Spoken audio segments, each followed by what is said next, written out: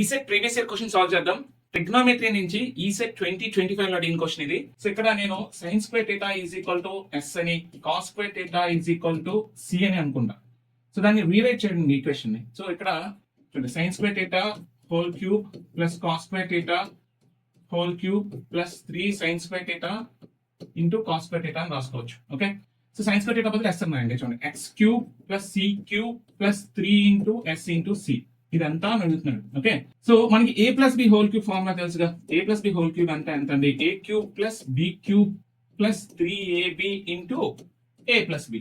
Okay, so ఇక్కడ a అంటే s అని, b అంటే c అని అనుకొని మళ్ళీ ఫార్ములా రీరైట్ చేయండి. s plus c whole cube is equal to x cube plus c cube plus 3sc into s plus c.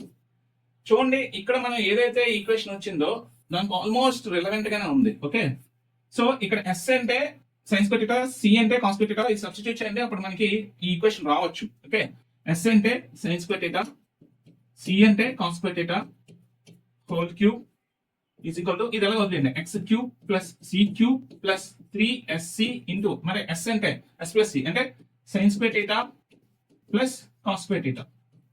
sin square theta plus cos square theta అంటే ఎంత అని తెలుసు? 1 అని తెలుసు. అంటే 1 క్యూబ్ అంటే 1 is equal to x cube plus c cube plus 3sc into sin square theta plus cos square theta ఎంత అండి? అది కూడా 1.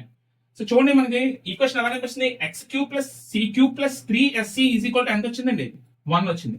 చూడండి, ఇదే కదా, x cube plus c cube plus 3sc ఎంత అయిందండి? 1. Your answer is 1. Okay, so ఇంత ఈజీగా సాల్వ్ చేయొచ్చు. Practice well. For more questions follow our channel.